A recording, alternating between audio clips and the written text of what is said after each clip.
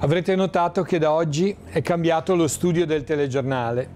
Questa piccola modifica alla nostra struttura è nata per offrire un servizio migliore ai nostri telespettatori, per avere una struttura più agile all'interno della televisione, in modo tale che in qualunque momento sia pronto uno studio adatto per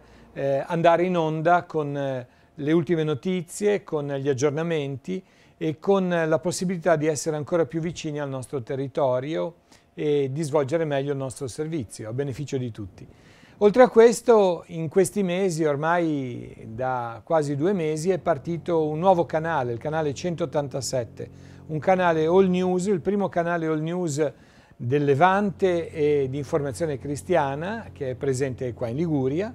e questo canale, il 187, vuole essere un modo per offrire durante tutta la giornata l'informazione che trovate già nei nostri spazi dedicati della informazione classica, i telegiornali e le varie rubriche della nostra emittente. Oltre a questo anche l'ultima ora, l'agenda degli appuntamenti.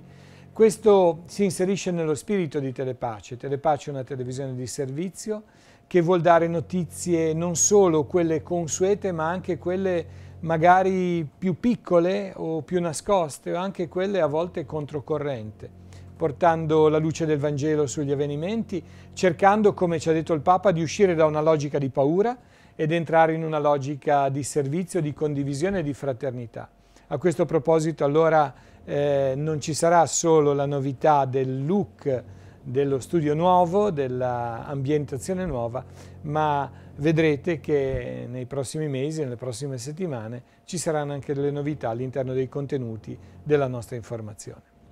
Allora buona visione su Telepace e ricordate anche il nuovo canale, il 187.